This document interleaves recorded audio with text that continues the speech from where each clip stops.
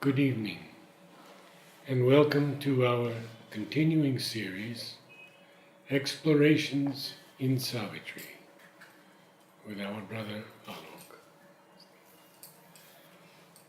Before we begin, I have a poem to read. It's entitled, Across the Netherlands of Night. The poets speak to such as us, with high-pitched voice and eyes agleam, or resonant, mellifluous, and through their recitations stream truths on our prosaic world, timeless visions of inner sight. Their words, like sparkling gems, are hurled across the Netherlands of night.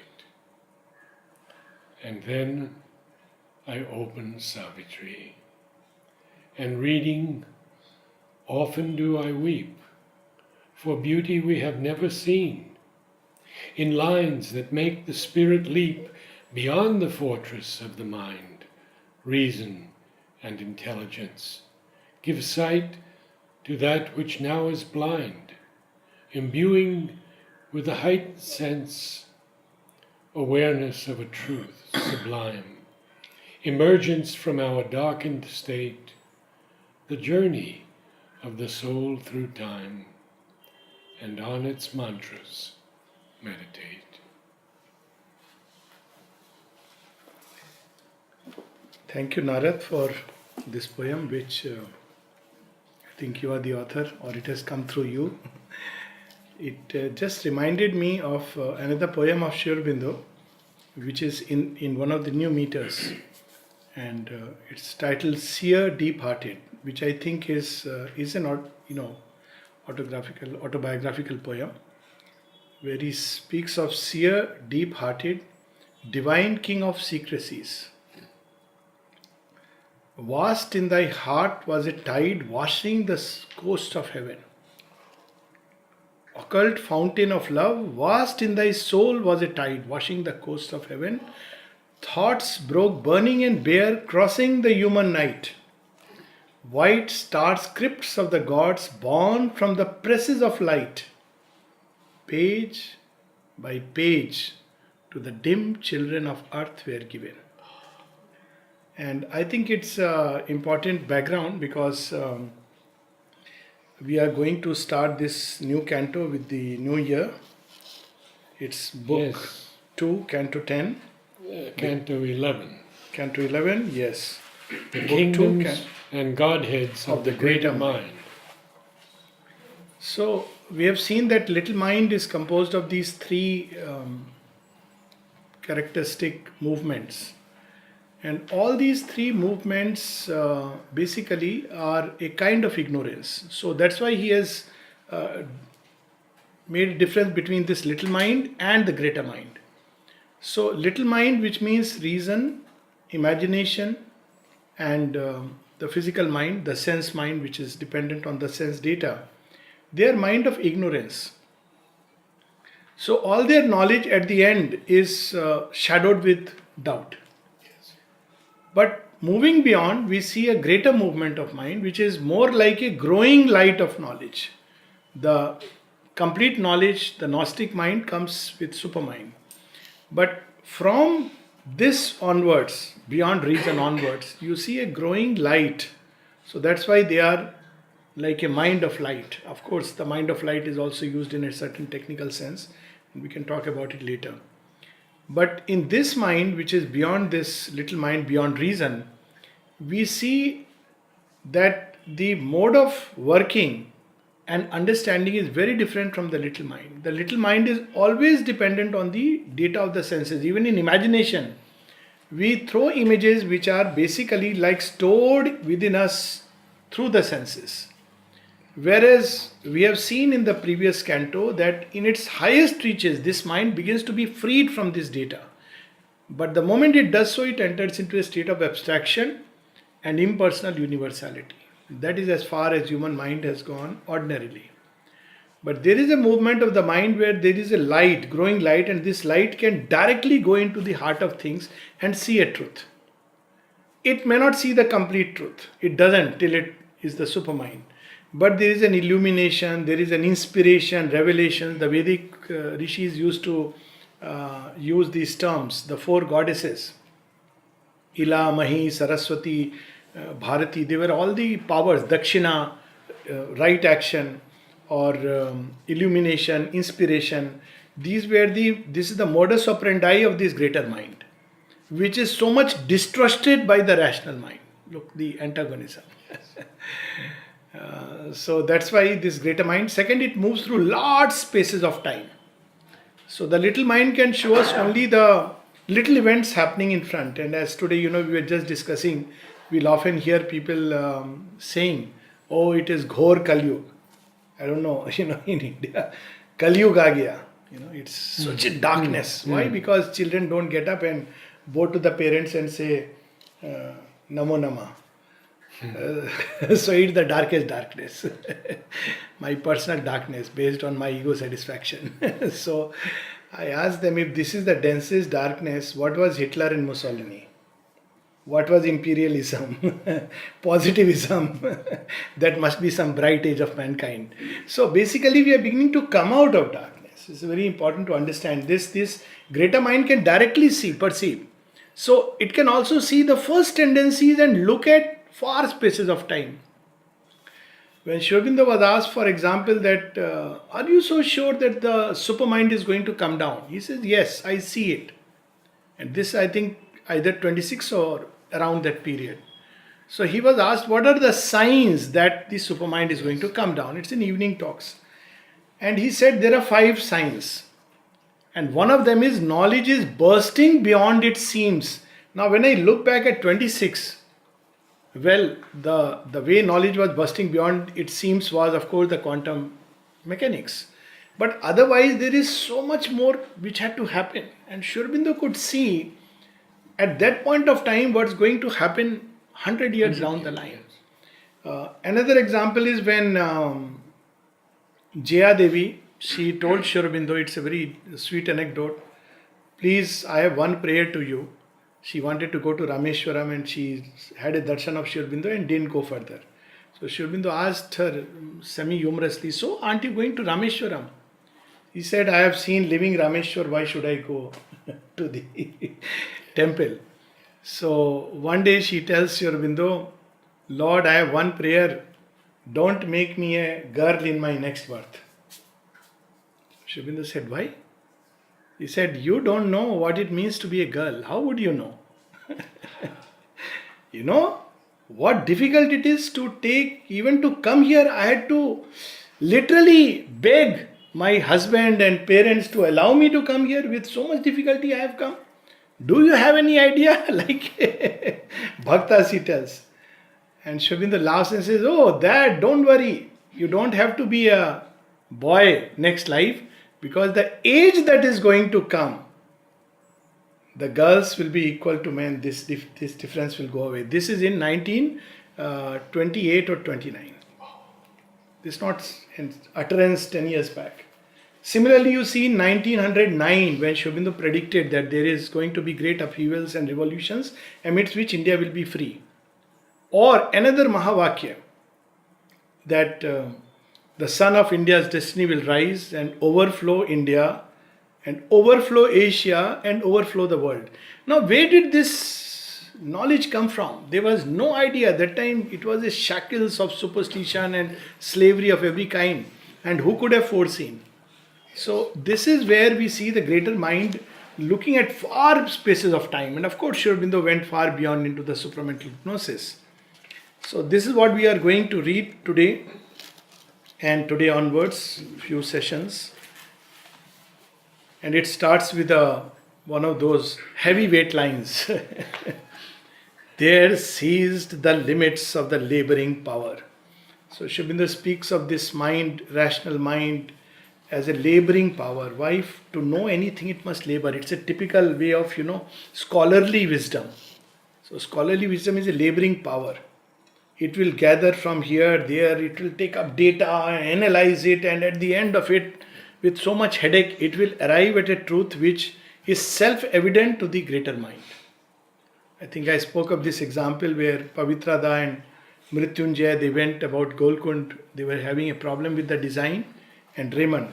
And mother suddenly looked at it and said, why don't you try it this way and here? And they said, yeah, we never thought of it. How did you know it? So, the laboring power. There are so many examples of mother's life when she was walking with Amrita and suddenly one lady jumped and outpoured all her grief in Tamil. And mother stood. And then she responded. She asked, communicated what had to be communicated. She was more than satisfied and goes away. And Amrita, with his sense of humor and half amazement, asked the mother, Mother, you know Tamil also? I didn't know this. Mother said, I don't need to know Tamil to know this. So you see, the laboring power, but laboring power cannot work like that. There sees the limits of the laboring power. It's a spontaneous, intuitive knowledge. But being and creation sees not there. So another heavy line where he is revealing in one line that one of the greatest folly of man is that my limits are the limits of creation. So the limits of our sight are not the limits of light. Today we are discovering it in many ways. So being and creation sees not there. For thought transcends the circles of mortal mind. It is greater than its earthly instrument. The Godhead crammed into mind's narrow space escapes on every side into some vast that is a passage to infinity. You are on page 260, incidentally. So again we make the same mistake of mistaking the instrument for the force. Sri Aurobindo capitalizes thought. Yes. Very important. That's why the Vedas speak of the 7-headed, 9-headed, even a 10-headed thought, dasagvahas. And basically it is that what we call as thought, thinking it's the brain. It's not the brain. Thoughts come from a very high realm and they sail into our ken and they trigger nerve impulses and take a certain form. But thoughts are not born here. There is a whole poem on birth of thought. Another one, thought the paraclete. The thought the paraclete, now paraclete is a word which like reconnoiters, goes far. So thoughts are a tremendous power. The practical import of this always we find in Savitri, that thoughts are a tremendous power, and like any other power, if we harness it and learn to direct it, it can take us far and high, right on the doors of the supramental. But very often this power is misused by all the darkness within us, and we are all the time, also because we are all the time turned upon ourselves. So this power is deformed and debased. But this energy, this power is a vehicle which can take us very far and high. That's why one of the first talks that Mother gives to a group is how to master thought. One of the first things in spiritual life that one ought to learn is mastery of thought. So much so that you think what you want to think. It's tremendous capacity. It moves eternal in the spirit's field, a runner towards the far spiritual light, a child and servant of the spirit's force. It's born out of the spirit's force and serves its needs. So there is a very powerful passage in The Secret of the Vedas where Sri Aurobindo says, our forefathers swam through a sea of thought. It's, I think, in a letter to Barin. But he's referring to the Vedic seers. Our forefathers were not afraid of thinking. He speaks of one of the causes of India's decline. And he says it's a refusal to think. We just accept things. Nowadays the latest is WhatsApp. So if WhatsApp says there is something called vitamin B17, it exists.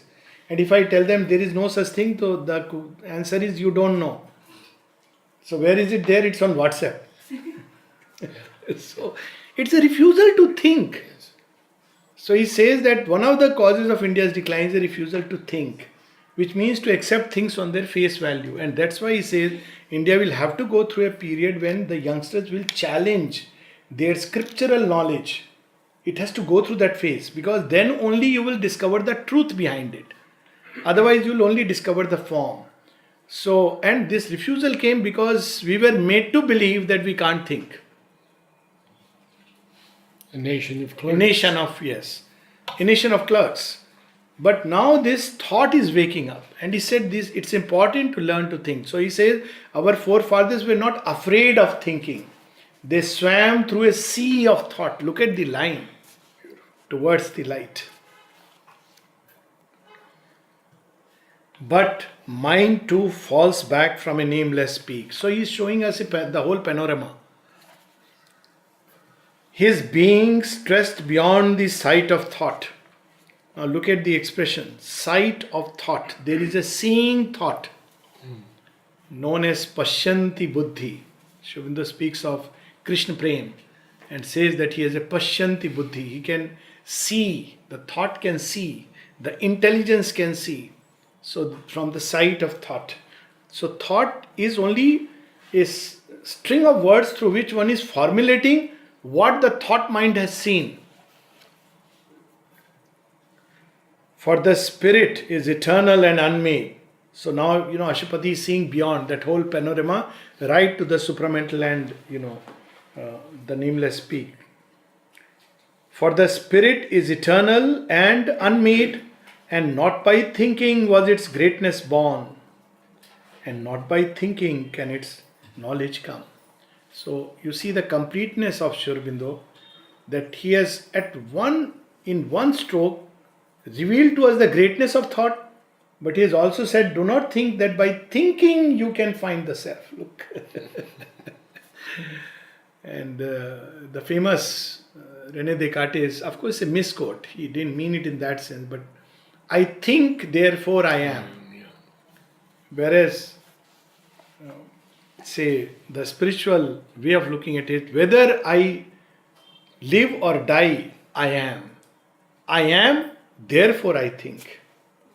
It is not that I think, therefore I am. I am, therefore I think. Its feet are steadied upon finite things.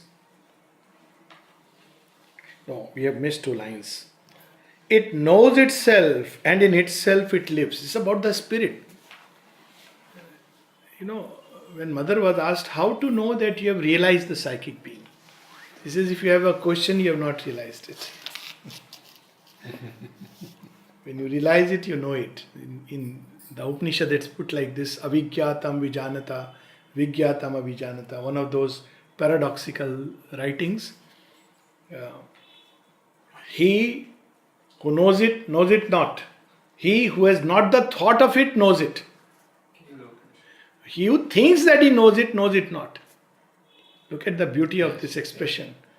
So, avijñātam vijanata, avijñātam avijanata. So here we have a similar vein. It knows itself and in itself it lives. It moves where no thought is, nor any form. So that's why the word used is Swambhu, Swamprakash. All these words in its own light it sees itself and knows itself. But moves where no thought is. Yes. Its feet are steadied upon finite things. Its wings can dare to cross the infinite. We can understand the infinite. What it means to cross the infinite. It means that even infinity can be a conception, but it crosses that. It goes beyond all conceptions, including the conception of the infinite. It crosses beyond the infinite. So that's why all that one can say is, in Mother's words, oh inconceivable splendor. Beyond conception, beyond thought. Arriving into his ken a wonder space of great and marvelous meetings called his steps, where thought leaned on a vision beyond thought and shaped a world from the unthinkable. So there we go. So it's Ashupati has now arrived in that stratosphere where it sees and what he sees is given a thought form. So it's not blind. So he's not talking of vision from the subtle vision. He's talking about a vision which the greater mind sees and instantly takes the form of thought. It comes like a flash, like a revelation. So he has gone into that realm, and where what it sees it creates. So unthinkable, what we cannot even conceive here, is self-evident there. And it has a power within it to create. On peaks imagination cannot tread, in the horizons of a tireless sight. Under a blue veil of eternity, the splendors of ideal mind were seen, outstretched across the boundaries of things known. Yeah, beautiful. On peaks imagination cannot tread. Often people ask this. How are you so sure that all this is not imagination? Because we have to start with imaginations, because either imagination or idea, then how do you know it is not imagination? Sri Aurobindo gave a very beautiful, in an aphorism, a reply, what scientists call as hallucinations, etc. But I often say in a very simple way, try imagining the divine presence within. Try it. And the day you cross that little film you are creating out of your imagination and get it, then you know the difference. You know now you are imagining and now it is there. And when it is there, it is so spontaneous and so real. How can the mind, even Sri Ramakrishna was told once by some of his disciples, Vivekananda would tell him, Totapuri, the Gyan Yogin, he told him, you are, all this thing is not the real thing, it's the silent self, there is no such vision of God's there. So like a child he goes and tells Mother Kali, is it true? Am I just seeing these things? They're like a child. He says that, this. Next day Totapuri comes and says, what did you do yesterday? He says, why? He says, Kali was dancing all over me and I was so frightened to my core. No, whatever you are experiencing is true. I will never doubt it again. Is it true? This power which goes beyond, it can take any form and appear. That's why he has used the word being and creation. Under a blue veil of eternity, origin of the little that we are, instinct with the endless more that we must be, a prop of all that human strength enacts, creator of hopes by earth unrealized. It spreads beyond the expanding universe. It wings beyond the boundaries of dream. It overtops the ceiling of life's soar. So many examples. Such vastness. Yeah. So many examples. Who could have imagined in 1857 when the mutiny was over and all the alliance of Lakshmi Bai of Jhansi and Nana Fadnavis and Tantiya, this Tipu Sultan had collapsed. It was like now it's no way that India can be free. Who could have imagined that was a seed planted for India's freedom? And it was decided on that day that India would be free. There are Danton, I was reading that life. When he is being guillotined, it's Sri Aurobindo's own previous life, at the age of maybe 35 or 38 or 32, I don't know, young age. And he is speaking about freedom, equality and fraternity. And he is guillotined. Who could have imagined that today even a baby will be born and say, I want freedom? Dad, I want equality. What level equality? You and me are equals. Don't talk to me like a child, equality is good. Fraternity, calling names. It's so sweet when children call names. I have some children, people talk about, some of the new age children. Other day, I had been to Australia, there is this child, Arya. Oh yes. Yeah, have you met? Yeah, oh yes. Yeah. So she would call me, Alok. Hi Alok, how are you doing? So they were bit, parent. I know this is something so sweet to hear. Because this is the original ashram. In ashram originally, people were not called da or di. So a child could say Nolini, Yes. and I found it so practical because one of the things was you forgot the age. The moment you say da, you feel already I am an elder brother. If you say uncle means I am like my hairs are graying. And if you celebrate my birthday means like gone. I am growing older. But call by the name, so beautiful, this. Now today's children demand that freedom equality has gone into the home. And Danton, when he sacrificed, they were talking of a dream which was never realized and people would have never imagined. Uh, Congress as early as 19, I must qualify the then Congress, fatwa utwa nahi nikalna chahiye.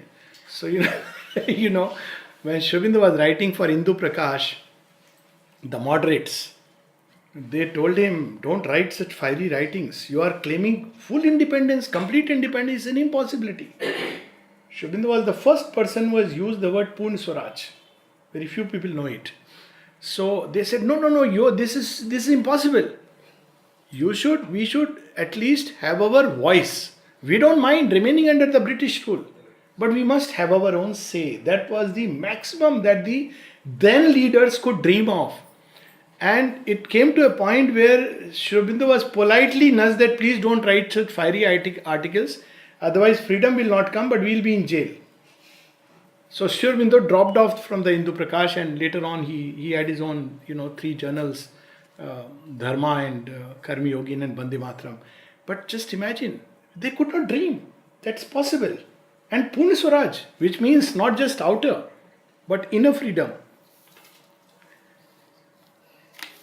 Awake in a luminous sphere unbound by thought, exposed to omniscient immensities. Look at this. Every line is so, the image that this thought is basking in the light of omniscience. Because omniscience is in supramental. It's not yet omniscience. But it's receiving the light from the omniscience. So there is in it a touch of omniscience. Exposed. It casts on our world its great crowned influences. Its speed that outstrips the ambling of the hours. Again, look at this commonplace term, ambling, like lolling, loitering. You know how Sri Aurobindo has used these common words lifted to what heights? Ambling of the hours. It's like idly passing by, is moving around. Yeah.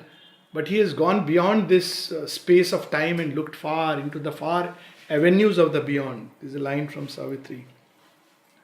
Its force that strides invincibly through time, its mights that bridge the gulf twixt man and God, its lights that combat ignorance and death.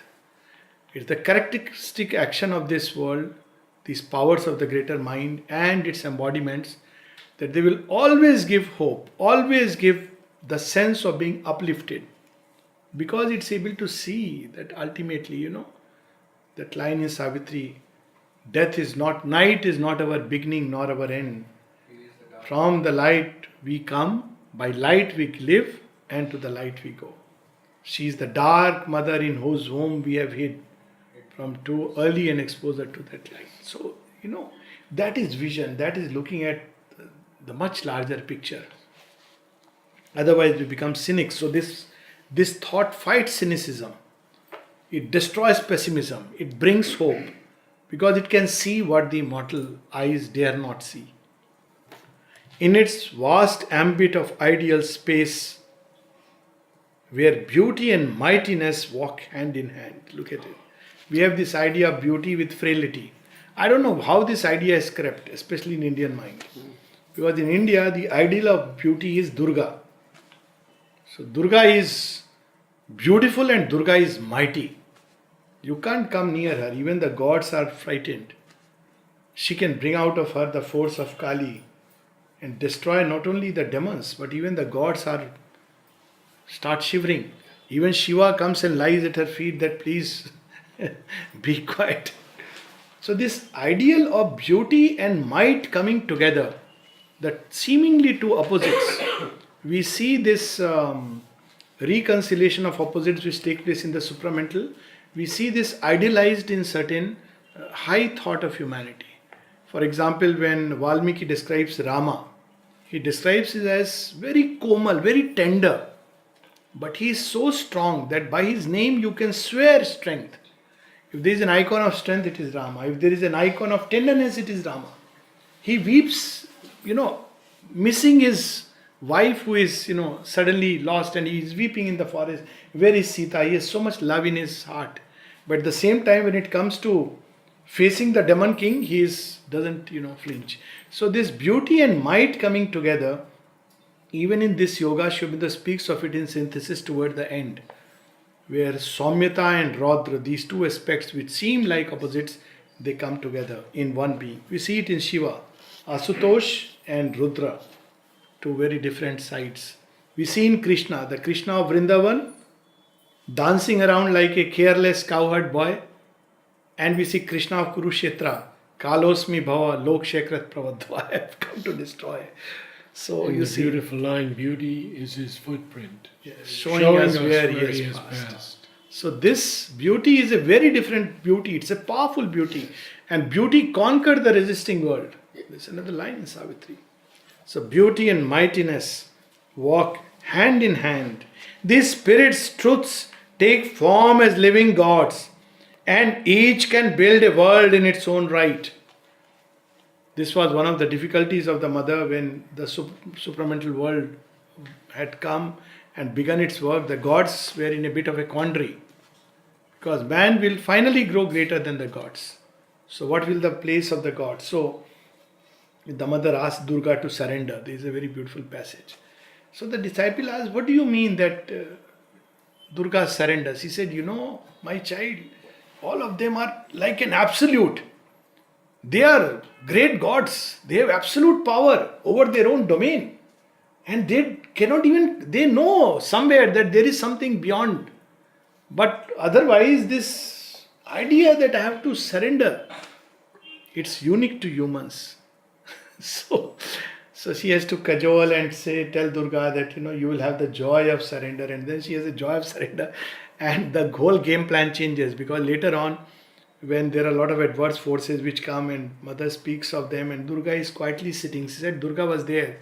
So he asked Durga, what happened to you? She said, no, I have lost that tendency now. I see your love which is transforming. It's a different game plan. So she had to do that. Otherwise, Durga was driving all these demons into the subconscious. So for a while they will not resurface. Then after a while they will resurface. That is why every year you have to have Durga Puja and kill Ravan, because he goes down, again he resurfaces. So the game has changed. But each of them is a god. There is a real god, being, and they are absolute in their own might and right.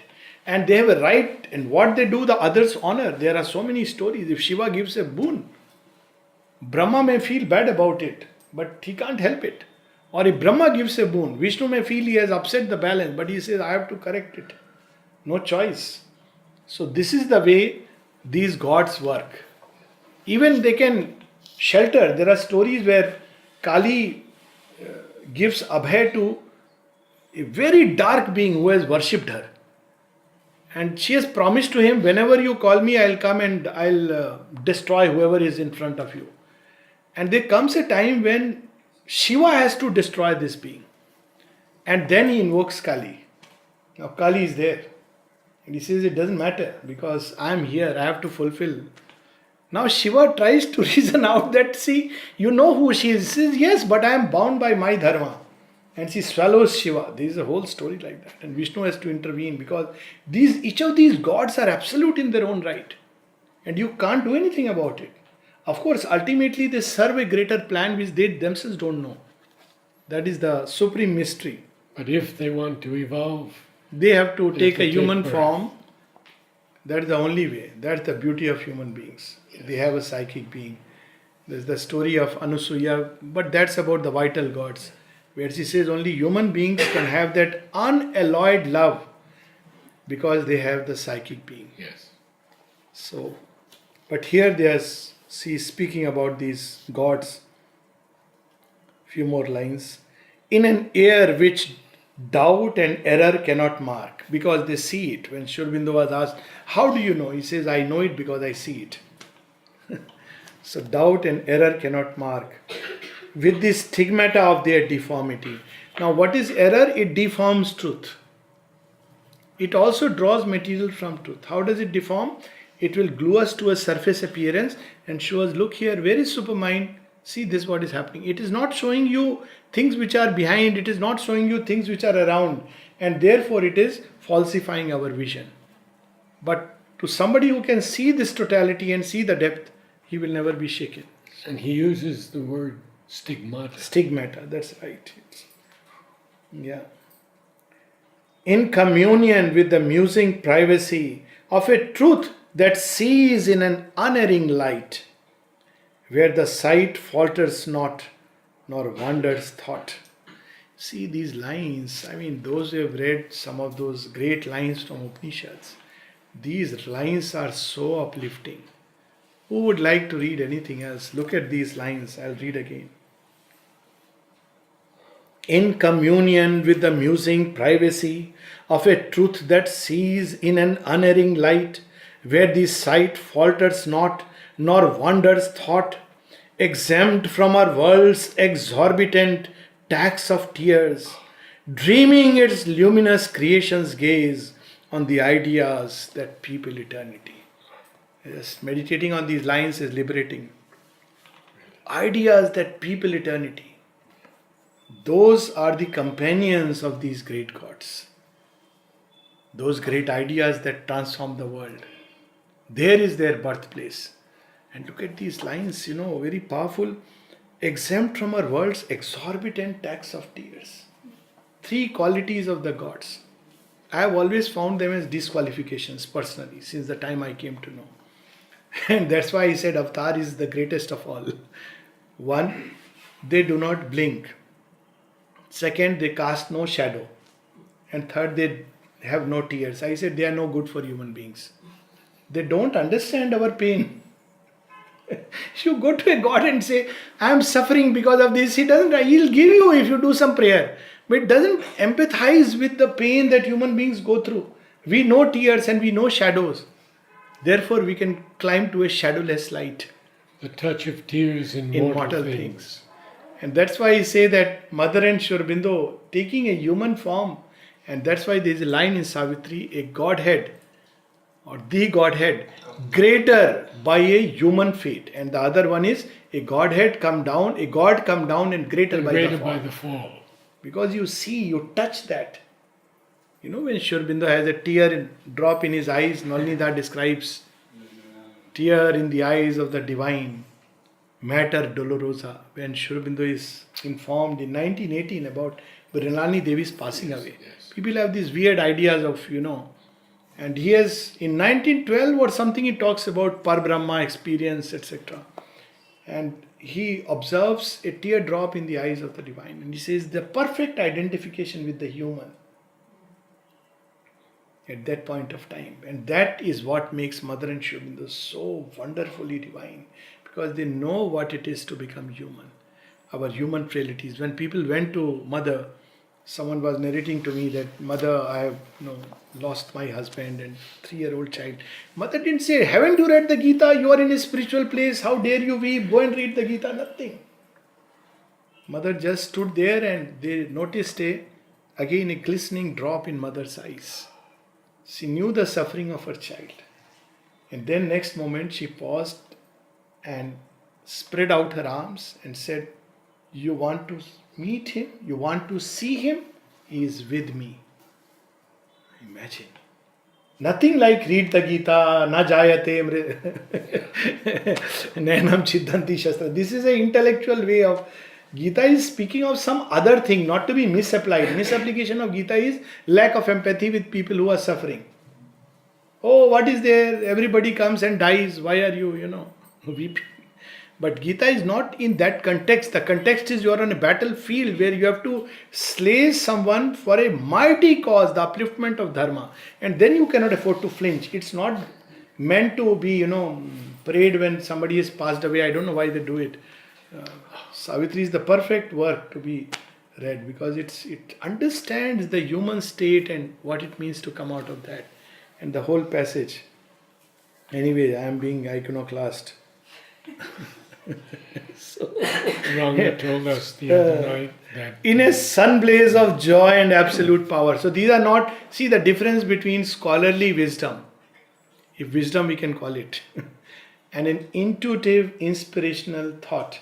A scholarly thought, philosophical thought is very dry. And Mothers uses this word at one place. Oh, these philosophers, I don't like them at all. They are so dry. Scholarly people, extremely dry. You will see it because they are just going into an abstraction through the mind. Whereas the moment you cross this realm, there is joy, there is power, there is love. Your thought breathes it, and it's an uplifting thought. It's not like, yes. but it breathes it because it's the state of that world. So, in a sun blaze of joy and absolute power, above the masters of the ideal throne, in sessions of secure felicity, in regions of illumined certitude.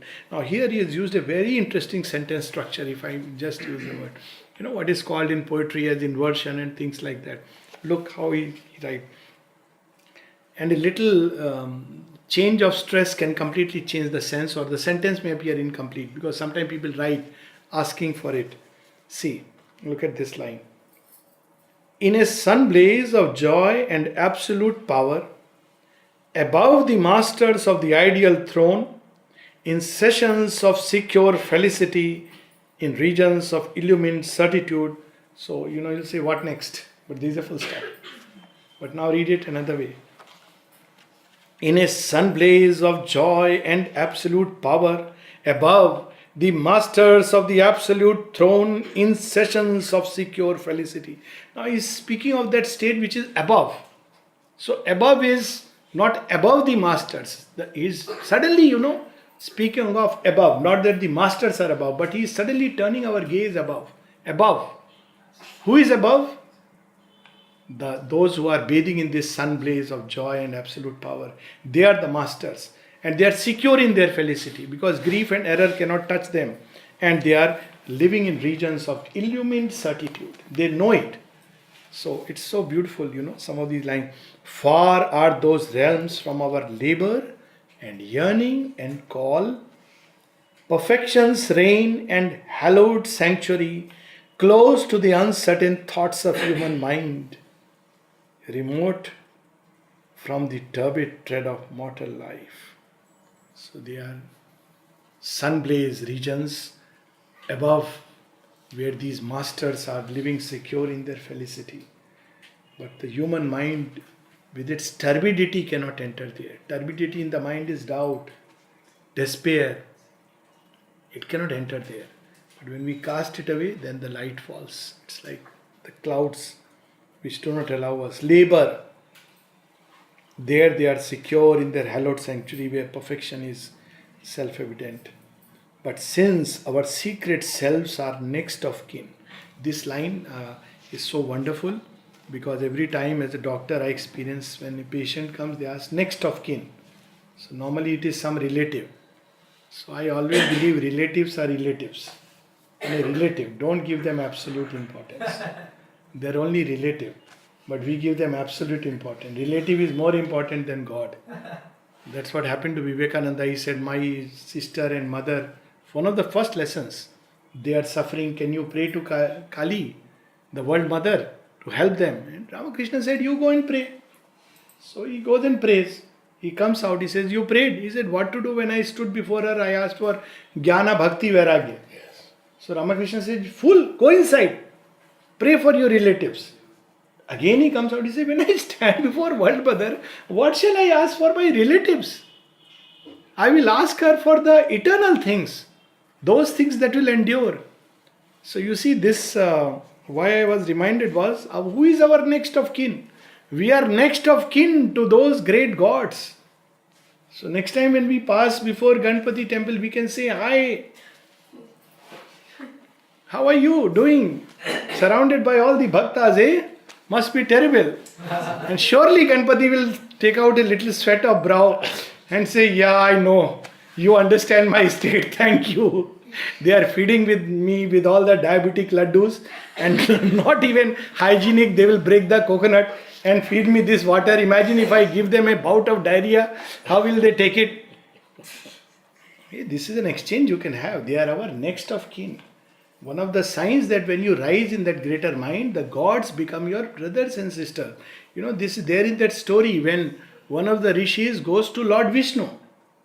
So Vishnu's Dwarpal tell him, you can't gain an entry.